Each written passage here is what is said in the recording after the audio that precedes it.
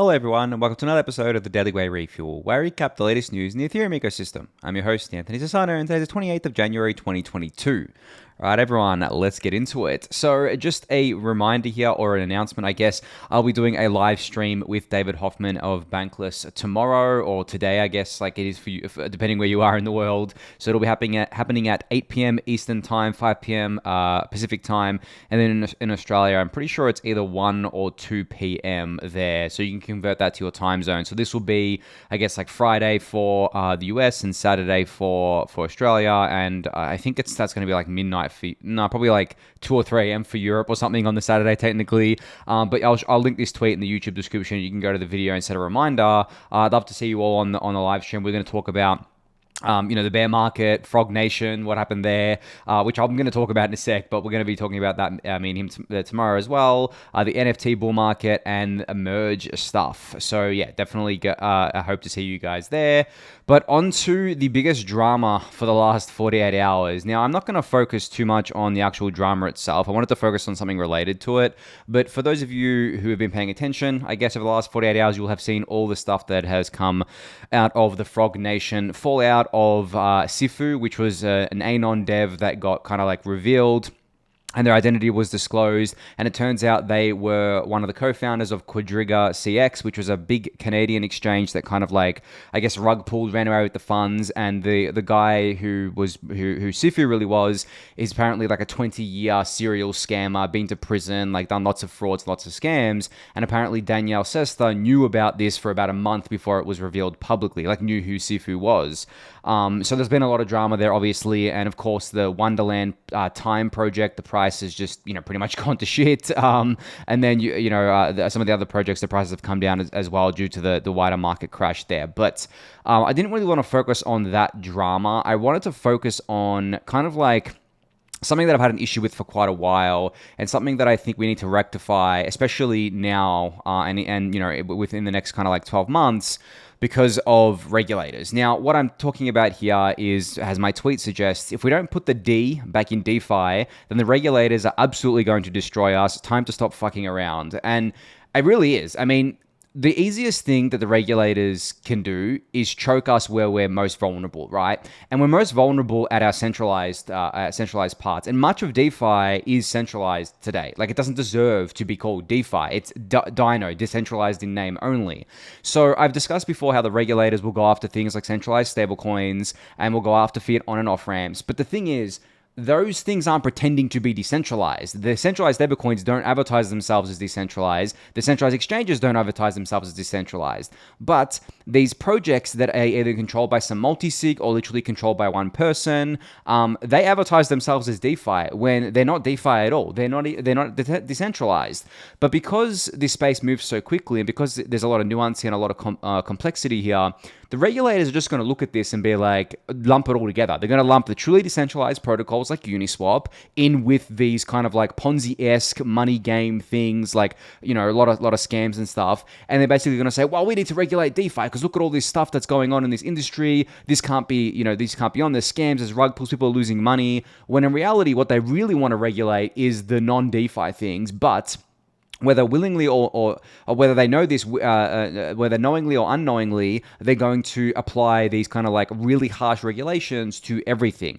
Now, in saying that, the whole point of DeFi and the whole point of a truly decentralized protocol is to resist regulations, to be able to resist any centralized party trying to shut it down. And, I think really there's only a handful of protocols that could do that today. And I'm not talking about like layer 1s or layer 2s. I'm talking about the actual application protocols, things like Uniswap, which would be basically impossible to shut down because there's no kind of like multi-sig, there's no admin keys, none of that sort of stuff there. But much of these projects can be strong-armed. Like even the projects that are like a lot of the projects that are based in the US, they have to tiptoe around. They have to bar US users. They can't even airdrop tokens to US people. And a lot of them aren't truly decentralized. A lot of them have multi-sigs. Not to say that those things are necessarily bad, but you can't really call your project DeFi if you have a multi-sig or you have an admin key. Like, it's not decentralized. It's as simple as that. So I think that we need to either move quicker to, having these protocols decentralize really, really quickly, or at least be, it's kind of as decentralized as possible from day one, or we're just going to face the wrath of these regulators and of these governments and of all these bodies, and they're really going to come down hard on everything. And if the protocol isn't resistant to these things, then people stand to lose, a lot of money on it, because honestly, these regulators, they'll shut down things, even though they're kind of shutting them down in the with the kind of like pretext, oh, we're gonna protect investors. Really, they shut it down, and investors get hurt no matter what they do, because the investors are kind of like involved in the scam. They have they have money in it. A perfect example being BitConnect, right? BitConnect was going, like, people were making money, people were losing money, of course, but obviously BitConnect was like your classic kind of like Ponzi scheme, or your classic kind of like MLM, but then, the regulators came in and shut it down, and then it kind of like went to zero, and everyone lost, right? So it was just a matter of kind of like everyone would eventually lose, but the regulators came in anyway and kind of like shut it down and just sped up that whole process there. But the thing is that if the regulators come and they start kind of like clamping down on, the actual legitimate projects within the DeFi ecosystem, but they're able to clamp down on them because they aren't actually decentralized, it's going to be very bad for the whole ecosystem. And I think that the drama over the last 48 hours just gives them, more ammo to go to, their constituents, to go to the, wherever, whatever government it is, to go to their, other politicians, to go and basically draft up regulations that are really, really harsh for the industry. And this is the same thing they do with a lot of different things they try to draft laws and regulations for. Like, think about them trying to ban things like encryption. Like, a lot of governments are trying to, stifle or outright ban encryption. And the pretext for that is them saying, oh, we need to do it to save the kids, right? We need to clamp down on explicit kind of materials got to do with kids. They just they don't invent a boogeyman, but they trump it up, right? They basically say, if we don't do this, then they make it sound like, all the kids are going to get exploited if we don't do this, or all the terrorists are going to win if we don't do this. And, I'm not trying to get too political here, but this is what they do. This is how they pass legislation. This is how they get things through, because, the legitimacy of a law, of a regulation in a democracy is only as good as the people's belief in the legitimacy of it, right? So if you don't have buy-in from the people, they're not going to vote for you, and you won't be able to get that passed. But if you invent a trumped-up boogeyman and you basically scare people into basically throwing their freedoms away, throwing their kind of like privacy away with regards to end-to-end encryption, all in the name of protecting themselves from something that's been trumped up and it's not actually as big of an issue as it's been made out to be, then they'll willingly vote for it. And that's what's going to happen with DeFi. But the thing is that we can resist. Like, this is the whole point of this entire ecosystem. This is why I always go on about decentralization mattering. It's not, to me, it's not really much of a spectrum. It's not an either-or. It's you must be decentralized, because if you're not, you're going to get wrecked by regulators. And if you're not wrecked by regulators, you in terms of like getting shut down, you're going to be so heavily regulated that you're not even going to be able to compete with DeFi anymore. Like, so there's literally no point to your protocol. So to me, decentralization is the only thing that matters in this industry. Everything else falls around that. If the protocol is not decentralized, then it can easily just be shut down. It can more easily be attacked, and it is not in the spirit of what we're trying to build here. So that's my rant for today about that. As I said, I didn't want to dive deep into the actual kind of like Wonderland and Cesta and Frog Nation stuff, because that's been talked about to death at this point. But like, the last thing I wanted to say here, and it is related to the Frog Nation stuff, is that over the last 12-ish months, there's been a lot of cult of personalities that have kind of come to fruition, where people just like absolutely love deifying these people that are making the money. Like, someone issues a token, it goes up in value, they seem like this Kickstarter devs, Kickstarter builder, and everyone's like really, really happy while the music's playing. And then inevitably the music stops and there's like literally no chairs for people to sit on, and everyone loses, right? So I really don't like this trend of deifying people. I don't like cults of personality at all. Like, no matter what it is, I've always had a problem with this. I mean, you guys see me always make fun of Charles Hodgkinson and Cardano. That's because there's such a cult of personality around him. And I'm not talking about like being a fan of someone's work or following their work or respecting them as a person. I'm talking about literally kind of looking up to them as a deity, like as a god, as your kind of god, right? I know this may sound a bit esoteric to you, but this is what people do. And a lot of it's got to do with the fact that people may have made money on these things and then they attribute that to the founder. Even Satoshi is worshipped as a god by some of the Bitcoiners, and no one even knows who Satoshi is. So it's just something that I have like a difficult time reconciling, because I don't think it's a healthy thing in this industry. I don't think we should be deifying anyone. I think we're all human. We're all working towards, our own goals at the end of the day. Some of people are working towards goals that are noble. Some aren't. Some just want to make money in any way possible. Some will scam. But there are a lot of people out there, especially within the Ethereum ecosystem, that are genuine builders. But there's no need to deify them. You can respect them. You can respect what they're building. You can follow along with their work. But you don't have to think of them as a god or worship them. They don't want that, like, a lot of the time. So that's just my last comments on that one there. But hopefully that gives you kind of like an overview of what happened, my kind of like thoughts on it. And I encourage you guys to encourage the projects you're either involved with or following to either fast track their way to being an actual decentralized protocol, or at least kind of like outlay their plan for getting there, because a lot of teams will say, oh yeah, we'll get there, and they won't actually have a plan for it. And the longer it goes without them decentralizing, I think the harder it actually becomes. So yeah, I encourage you guys to encourage the projects you're involved with to do that as well. All right, on to some merge-related news. So there was the proof of stake implementers call number 80 yesterday, and on the call there was some talk about the merge involving a few different people here. So I guess the TLDR is that they're still aiming for a June merge because of the difficulty bomb. Now I've discussed this before about how the difficulty bomb is set to go off in June, and then by mid-July, blocks will go to 30 seconds, which basically makes the network unusable. So they either have to push the bomb back, or we have to kind of like do the merge, right? There's only two options. So Tim Byko here is saying that he'd like to see the merge in kind of like June. I think there's things that have to go right, as I've said before. So basically, if we can get client releases with a final spec by early March for another Kintsugi testnet, then we can pick like a tentative date for mainnet, and then final client releases. Kintsugi V2 by mid-Feb is in line with this. And then Mihalo is another core developer here, says the schedule is tight, but if something props up, it may delay things. And then Vitalik's just got some comments here. I mean, you can read the notes yourself, but I guess like the TLDR, as I said, is that they're aiming for June. If they can't get it done in June, then we're going to have to do another hard fork to delay the difficulty bomb, and it's just going to be a standalone fork there, which is, I mean, it's not like a big deal, but it's still not something that they would like to do because they have to focus, core dev attention on that rather than the merge.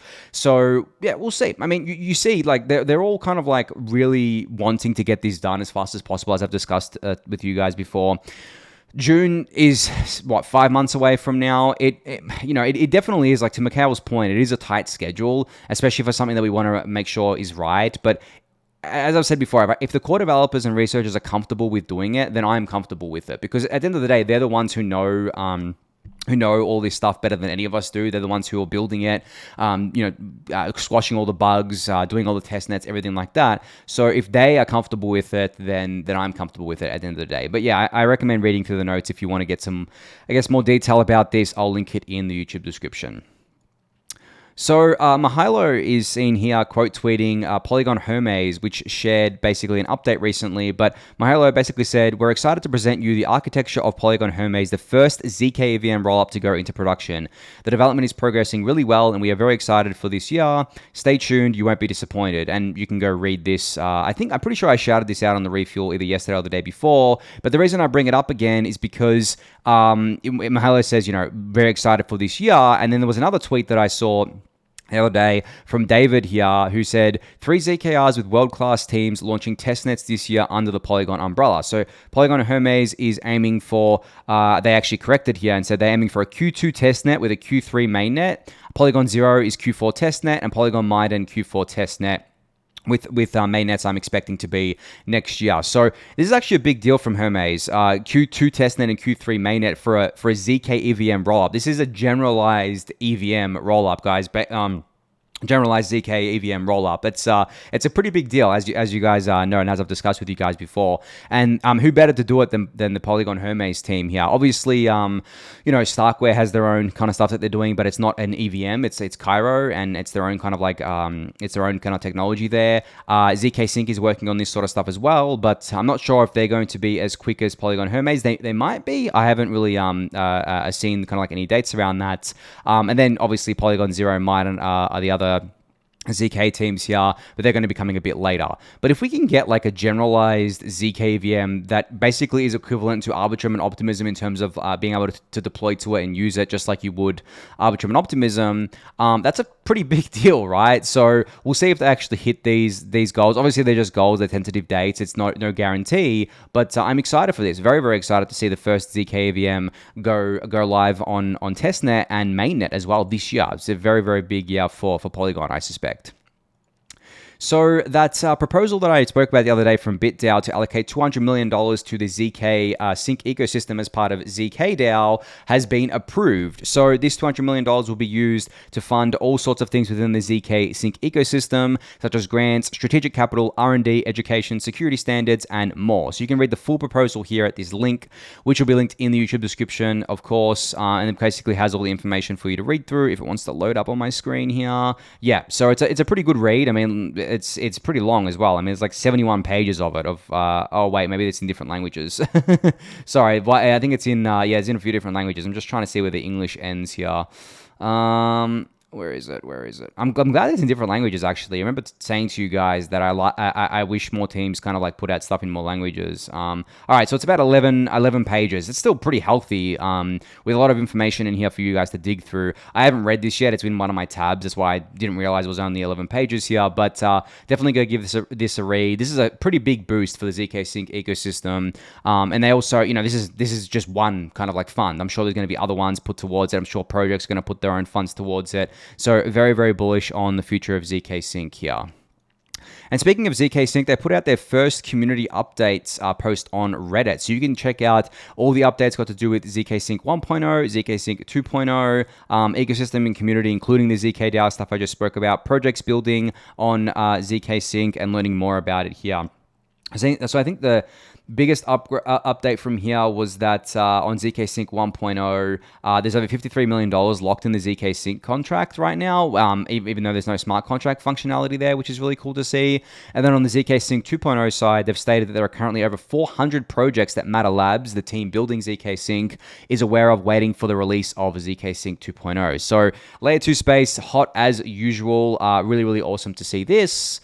And speaking of layer 2, Aave V3 is now live on the testnet on a bunch of different protocols here. So I mentioned to you guys before that I suspected Aave V3 to go live on a bunch of EVM compatible chains, and that's exactly what they've done with these testnets. They're live on Ethereum, Avalanche, Phantom, Optimism, Arbitrum, Harmony, and Polygon, the POS chain, but on the testnets, not on the mainnet just yet, but it's a public testnet, so you can go play around with it if you want to at v3-test.aave.com. You can play around with it on any of your favorite EVM chains. So awesome to see this live on testnet finally. Mainnet will be, not far behind here. I can't wait for this. Honestly, this is one of the core protocols that I've been really waiting for to go live on the L2s especially, and on Arbitrum and Optimism, and especially on the Polygon POS chain. So I'm very, very much looking forward to this. And obviously it's live on Ethereum L1 as well. But, whenever I see that, I'm just kind of like, how many people are really going to care that it's live on ETH L1 these days? Like, everyone's just going to use it on L2. So that's actually a pretty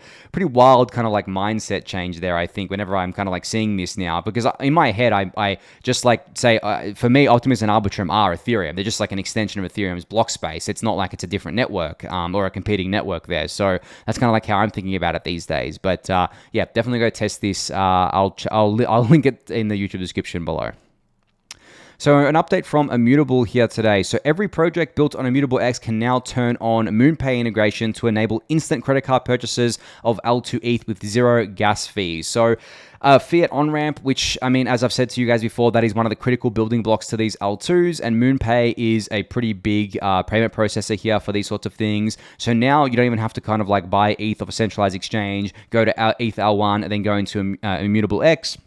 You can just use MoonPay to do instant credit card purchases of ETH on L2. Obviously, there's going to be fees involved on MoonPay side and probably some credit card fees. But, funny enough, they might actually end up being cheaper than L1 fees, because to bridge in from L1 could cost up to like $50 or something like that, especially to withdraw from an exchange first and then to bridge in. So, when you kind of like look at that and do all the cost benefit there, it's definitely going to be cheaper there. So yeah, definitely go check this out if you're using Immutable X. So speaking of on and off ramps, ByBit, a pretty big derivatives exchange, announced today that they've integrated with Arbitrum. So you can now deposit and withdraw from Arbitrum using ByBit with ETH, USDT, and USDC. So just another big win for Arbitrum here. Just another way for people to get into the Arbitrum network without having to go through layer 1 Ethereum. I told you guys these were going to come in waves and come really, really quickly, especially after Binance did it. And I've said it plenty of times, but I hope Coinbase is close to their integrations here. We need Coinbase. Come on, guys. Maybe it's going to take one of the US-based exchanges to get them into gear like Kraken or Gemini, but we'll have to see how that shakes out there. But still, very cool to see ByBit integrate Arbitrum here. If you're a ByBit user, I mean, you can go in and out of Arbitrum now with ByBit. So Rocket Pool published their first article of the year today, which basically details the current state of Rocket Pool, their work in progress roadmap, and a new beta program that includes a sexy new staking UI. So the thing that caught me in this blog post actually was the diversity stats of Rocket Pool. So you can actually see here between the mini pools and node operators, Prism's actually the minority client. So you can see that Lighthouse is the dominant client of both the mini pool and node operator. On the node operator side, Teku is only a little bit behind in second place there.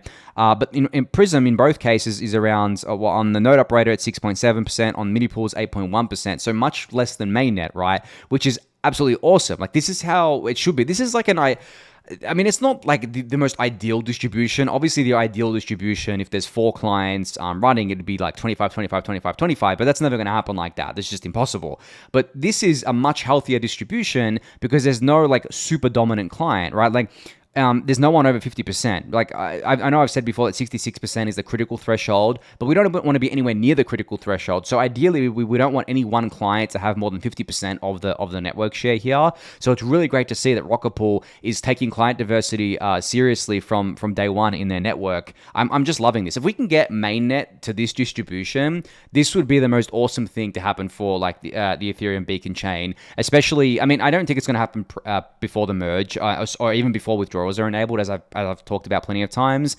But getting to this kind of distribution will be awesome. And obviously, we're not going to get Prism down to 8%, and we shouldn't even aim for that. I'd love to see no one client having more than 50%. Then we can kind of like sleep peacefully at night. And I know Superfizz, who's been a big champion of client diversity lately, very publicly, I'm sure he'd get a really good night's sleep if Prism was even under like 60% or something like that on the main network there. But yeah, cool to see this. But yeah, definitely go give the rest of this kind of post a read. I mean, Rocket Pool seriously is one of my favorite kind of like projects and teams within the ecosystem. They have been working on this since I believe 2017. It may even be earlier than that, but I remember hearing about them ages ago. They've had to deal with so many changes when it came to kind of like the proof of stake roadmap for Ethereum, but they've stuck with it. They haven't given up. They haven't tried to found another project, and they haven't kind of like sold off their tokens and just gone on a yacht and partied. They've stuck to it because and they've done it in the right way as well. They didn't release it until they were happy with doing it in such a way where it can be actually credibly kind of like decentralized as possible, as is possible today.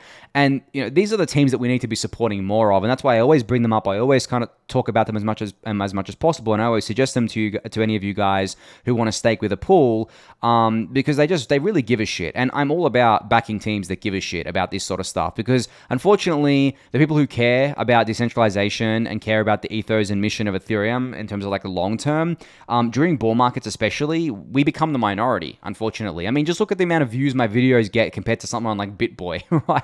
Like, most people are here for a quick buck, and it is what it is, right? But like, I want to hang around people, and I want to follow projects that actually kind of like gel with what I want to see in this ecosystem. And Rocket Pool is definitely right up there. I mean, I'm kind of like spewing that I wasn't able to become one of the ODAO members at the time. Hopefully I can get into the next round, because I really want to support them as much as possible in any way that I can. But for now, I'm just going to keep promoting them to you guys, keep highlighting their posts, and keep recommending that you read their posts, which this one, of course, will be linked in the YouTube description.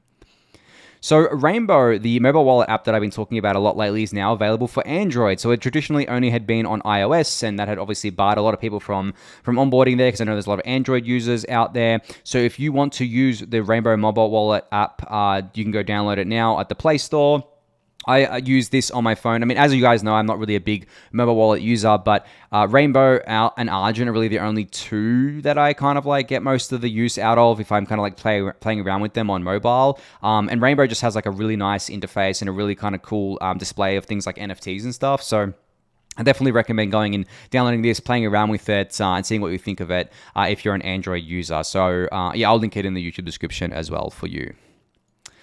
All right, finally here we have UltraSoundMoney with another update to the website with ETH burn category. So you can see here what category has burned the most ETH. Obviously, NFTs is a big thing here. I don't think there's any are in order, by the way.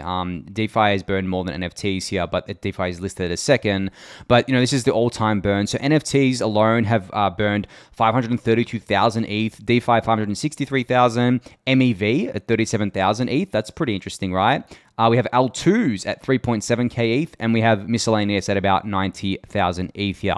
So what I find really interesting is the L2s, because this number is just the beginning. Like, this is really like at the very beginning of L2s, and kind of like L2s settling on L1, and their activity is obviously nowhere near what it's going to be. But I think that eventually L2 will be number one of the burn leaderboard, number one of the kind of like gas guzzler by far for all the reasons I've outlined in the past. But at the same time, I actually think that for a few years to come still, L1 is still going to be dominated by kind of like MEV. A lot of people are still going to be doing NFT stuff and DeFi stuff on there, because, I mean, even if the fees get to like $300-$400 for a swap, the really big whales and the people doing arbitrage transactions and people doing kind of like MEV, they're going to pay that. And I know that we won't pay that, right? But they're going to pay that, and they'll be fine with paying that, because as I've described to you guys before, if they're making even 5% profit from that, and then the rest of it is kind of like the fee that they have to pay, they're fine with that. That's still 5% in their pocket. So I expect that to continue for a while. But I'm curious to see kind of like how quickly L2s can start burning a decent chunk of ETH as they ramp up and as more of them go live, and as more of them have more activity. I wonder if this L2 includes the bridges as well, like the kind of like official bridges in, or if it just includes like the proofs and the call data portion. I'll have to check on that, because if it includes the bridge transactions in and out of the L2s, that would be good as well, because that definitely counts as like L2s burning ETH, right? So we'll have to see how that kind of like shakes out there. But cool to see this. The funny thing is that like no one really talks about the burn anymore. I meme about it sometimes. Whenever the price is going down, I basically say, at least we're still burning ETH. And, that's kind of like part meme, part truth, because, I mean, at the end of the day, we are still burning ETH. The hilarious thing is that we're perpetually burning ETH. Like every single block, we're burning some portion of ETH. And I've said to you guys plenty of times before that I think when the market really starts going again, that's where it really counts. Because there's a supply and demand side to every market. Right now, there's not enough demand to get the price to move, right? But we don't have the kind of like, we have an effective kind of like 70% reduction in supply since EIP 1559 went live. So as that kind of like imbalance shifts over time, over the longer term, and as kind of like demand can stay the same, we should trend up over time. And then also once demand comes flooding back in, I expect to see some explosive growth there, just because of the sheer fact, especially after the merge, there's just going to be hardly any ETH for people to kind of for people to buy, right? And actually, I was talking to a friend about this the other day. I was saying to him, all the people playing within the NFT ecosystem, buying and selling NFTs with ETH, having to use ETH for gas fees, a lot of them aren't actually buying ETH as an investment. They're buying NFTs as an investment. ETH is just kind of like their bridge currency to get there.